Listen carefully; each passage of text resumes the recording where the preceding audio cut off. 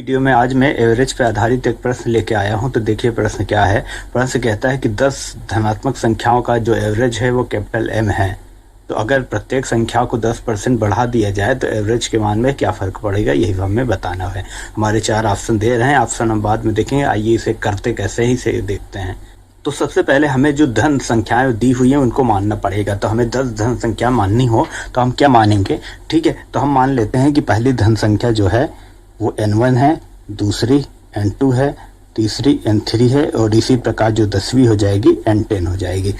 ये हमारी 10 धनात्मक संख्याएं हैं, ठीक है। इनका एवरेज अगर निकालना हो तो कैसे निकालेंगे, आपको पता है सारी संख्याओं को जोड़ लेंगे और क्योंकि 10 संख्याओं को जोड़ रहे हैं तो 10 से डिवाइड कर देंगे तो वो एवरेज आ जाएगा और एवरेज का मान हमारे m दे रहा है तो उसका m के बराबर रख देंगे। आइए कर लेते हैं। तो अगर एवरेज निकालें तो n1 plus n2 plus n3 plus dash dash dash n10 बटा 10, क्योंकि 10 संख्या है और ये एवरेज आ गया है और इसका मान हमें कैपिटल एम दे रहा है तो मैं यहाँ मान ले आके रख सकता हूँ। अब तो ये एक समीकरण हमें मिल गया, यहाँ तक कोई दिक्कत नहीं है। अब आइए आगे करते हैं। जो प्रश्न कहता है कि प्रत्येक संख्या को, यानी सारी संख्या n1 n2 n3 n10 तक सारी संख्याओं को 10-10% बढ़ा दिया जा रहा है, ठीक है। तो पहले उस संख्या का 10% निकालेंगे और वो पहली संख्या में जोड़ देंगे तो टोटल मान आ जाएगा कि अब बढ़ के वो वैल्यू कितना हो गया। तो 10% बढ़ाया गया है तो 10% वृद्धि किया जाए तो n1 में अगर 10% की वृद्धि किया जाए तो कितना मान बढ़ेगा वो निकाल लेंगे। तो n1 में 10% की वृद्धि, ठीक है। n1 में 10% की वृद्धि किया जाए तो वो क्या होगा, n1 का 10% निकालेंगे तो n1 इंटू 10/100 ऐसे परसेंट निकाला जाता है, आपको पता है, ठीक है। इसको सॉल्व करेंगे तो n1/10 तो कितना वैल्यू बढ़ेगा, 10%। n1 का 10% n/10 होता है, ठीक है। तो ये तो वृद्धि आ गई, कितना बढ़ा है। अब नई वैल्यू क्या हो जाएगी, यानी बढ़ा देंगे तो कोई नई वैल्यू आ जाएगी ना, तो वो नई वैल्यू क्या हो जाएगी। तो n1 की जो नई वैल्यू हो जाएगी वो n1 में n1/10 जोड़ देंगे तो जो नई वैल्यू हो जाएगी, नई मान वो हो जाएगा n1 प्लस n1/10। इसको थोड़ा हल कर लीजिए तो n1 हमें कॉमन दिख रहा है, n1 में कॉमन ले लेता हूँ तो 1 प्लस 1/10 बचेगा।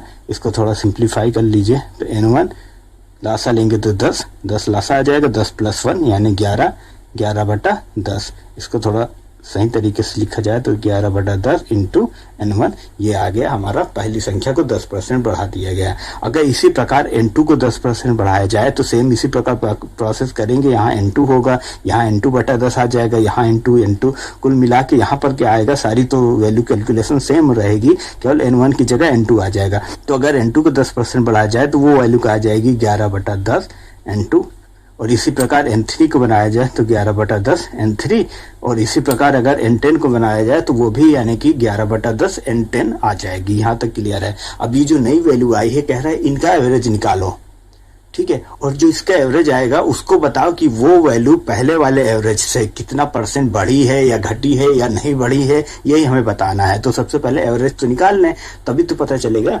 तो आइए एवरेज निकालते हैं, सारी संख्या को जोड़ेंगे क्योंकि 10 संख्या है तो 10 से डिवाइड कर देंगे। तो पहली संख्या हमारी क्या है, 11/10 n1 प्लस 11/10 n2।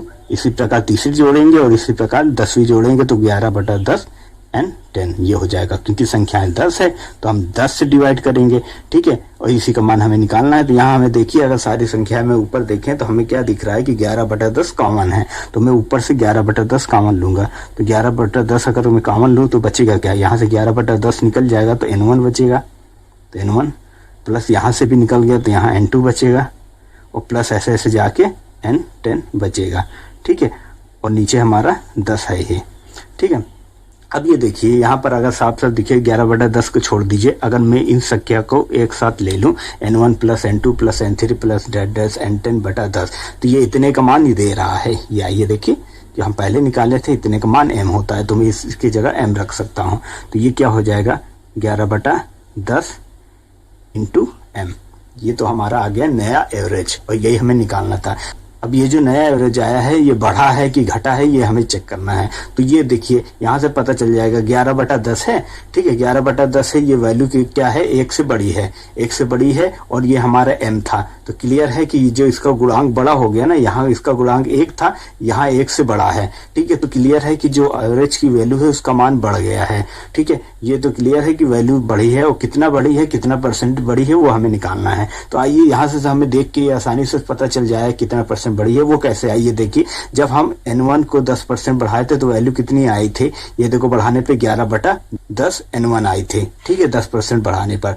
तो ये m था, उसको 10% बढ़ा देंगे तो 11/10 m आएगी, ये तो क्लियर है। तो ये क्लियर यहाँ से दिख रहा है, इसी को देखा जाए, इन सबको देखा जाए तो कैलकुलेशन से ही क्लियर हो जा रहा है कि ये वैल्यू कब आएगी, जब n का मान 10% बढ़ा दिया जाए। तो ये क्लियर है, ये जो वैल्यू है 10% ज्यादा है, ठीक है। तो m में कितने परसेंट की वृद्धि हो गई है, 10% की वृद्धि हो गई। अगर हम ऑप्शन में जाके देखेंगे तो वो चौथा ऑप्शन जो है वही हमारा आंसर होगा।